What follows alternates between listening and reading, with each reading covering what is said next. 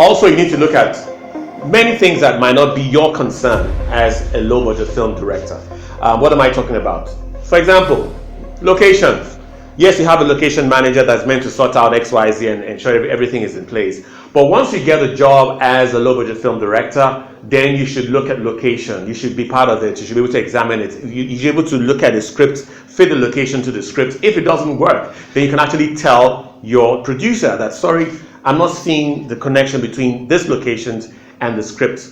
Now, it's important because if you don't have a connection between the location and the script, on the day when you start shooting, it's going to be a bit difficult for even the actors to feel the same thing. Because you as a director, if you don't have that connection between the script and the location, it's going to affect the rest of the crew. It's going to affect the rest of the actors as well. So it's important for you to realize that the location fits the script. Well, in addition to locations, I will advise you have options. Location A, B, C, so rather option A, B, and C. If, for example, a place you're going to use is might be flooded at a certain time of the year, and that's when you want to start shooting. As a director, visit that place, find out the history of that place, how it is. Yes, the location manager should have done his or her job, but just be there, just find out, find out exactly how is power in that area. These are things that the challenges most of the developing countries are facing. Power, security, how is security in that area, that terrain? Because the last thing you want to do is have a place where your crew and your actors are not comfortable. They are a bit scared, you won't get the best from them. So ensure that everything is in order as a director. Talk to location manager and ensure that the questions are answered. If you're not satisfied with the answers, then please inform the producer for another location or any other place that seems more conducive. Because when you look at the script, like I mentioned, the script has to fit the location. But in addition to this, you also need to have, like I mentioned, security. You also need to have welfare. If you have a medical emergency, where's the nearest hospital? The nearest clinic. So as a director, you should have those things in mind. One very important aspect is the equipment. What kind of equipment do you have? Now you've looked at the scripts, you've checked the location, and then so you also ask yourself, what sort of equipment do we have available to us? The equipment is very important because without the right equipment, you might not be able to have a successful shoot. Now, in some cases, some people have companies where they take this equipment from, rent equipment from. It's important for you to find out, because you need to be very specific. There are different lenses that are used for different scenes. That is, you tell me that's the job of the cinematographer and the rest of them. Yes, but remember, if the project fails, you will blame not the cinematographer. So you better get your act together, get involved with everything that has to do with the production and interpreting the script itself. Now, what do I mean by the equipment you need to use? You're looking at the size of the lenses, you're looking at the terrain of the place. If you have a place that is constantly having problems with rain and all that, maybe you're looking at a high elevation.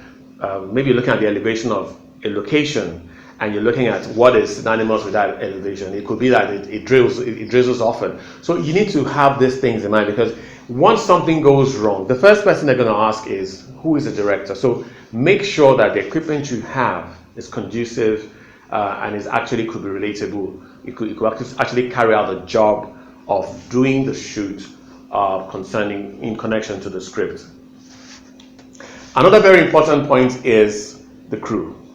A lot of times it's good to work with people that you know. It's good to work with people that understand your vibes, understand how you do things in the industry. If you shift a bit and get somebody else or a group of other people, it might take a while for them to understand you as a director. So my own advice is, if you're going to start off directing, it's your first time you want to start directing, make sure you talk to your crew, get to understand them very well. So you'll be able to work with them and know their strengths, know their weaknesses, and know how they think. Be able to build up that rapport between you and your crew. Also, it's important for you to have a clear-cut hierarchy system running as a producer on set. You have to get to the point where you make everybody understand their job profile, what they're meant to do and what they're not meant to do, who is next to who should take orders from XYZ. Although we have issues sometimes between the director and the cinematographer, because somewhere along the line somebody is saying the cinematographer could feel that, hey, I have the job of interpreting the pictures, blah blah blah, and stuff like that. The director is there to say, okay, I'm here to ensure that the angles are followed. We're looking at the actors, the blocking, and the rest of them. So sometimes there are clashes between the two professionals. So be aware of that. As a low budget film director, there will be clashes between you and the cinematographer at times. So what I advise you do is to ensure first and foremost you have a clear understanding between all the parties, the crew. Sit down with them and be able to outline each person's responsibilities and make them understand that, hey, this is what I want as a director. Now, it's important for you to be a bit flexible as well. You don't expect them to question a few things that you do on set. They will question some things you do on set, because these are people coming from other sets as well. And sometimes the other sets have more experienced directors than you, that they're more experienced in the industry. So hear them out once in a while, understand where they're going, and then be able to choose the advices they offer you. But it doesn't mean that you shouldn't be original as a director. You're on set, you should know exactly what you want. It's not as though you're waiting for someone to advise you on XYZ and all that stuff. Once you show that you don't know what you're doing on set, is a big problem. So please be original, quite alright, but also be open to advices from other people. People that you least expect to give you a solution might just be there to give you the best solution. Let me stress the importance of a skilled crew, because you as a director, if your crew, if they're not skilled, it's a big problem. I mean, they'll be there shooting, and then you're telling them the angles, basic things that they should know right from time, which is going to give you more stress. So ensure that there's a balance. They're skilled, they're professionals, they've done this job before a couple of times, so they know. There are people that like I said earlier, you can work, you've worked with, and so they'll be able to understand your vibe. Both of you work, you all guys, you all work as a team on set. So the skill is very key. Make sure they're skilled. One crucial thing you need to sort out is budgets. Quite often we have the producer who gives you the job, and the producer has been able to raise XYZ amount of money for the job. So you need to sit down with the producer and really find out, hey, this money, how's it going to come, and what is it going to be like? Because there have been cases where the director is given a job and it's meant to be like for 2 weeks or 3 weeks, and after 2 weeks the producer calls the director and tells him, hey, I don't have enough money for the job anymore, so everybody has to go home, and then you have to reschedule and stuff like that, which is a big problem, because to get the people back might just not be how you planned it to be. So my own advice is sit down with the producer and find out the budgets, the available cash, let me put it that way. Yes, he could say his budget is 10 million, and you find out at the end his budget is what he has with him, cash could just be like 3 million, and then the producer might hope to get money from XYZ elsewhere, and which might not be too certain. So in some cases, we've seen production sets stop midway, only to continue maybe 2-3 months after. It happens at times as a low-budget film director. So you need to be very careful concerning that. Find out what the budget is, what people have, and so that your project will not be one of those that were abandoned. So budget is very key, because that will help you plan and know how to do your job. One of the most important aspects of this whole job as a director, a low-budget film director, is that you need to understand the duration you've been given. So here is a tricky question, or here's a tricky thing. Someone gives you a brief for a 3-week production, and you're looking at the script. This thing is going to take more than 3 weeks to 4 weeks, and the producer tells you, hey, you have to just make do with this, you have to make everything within 3 weeks. You need to be realistic.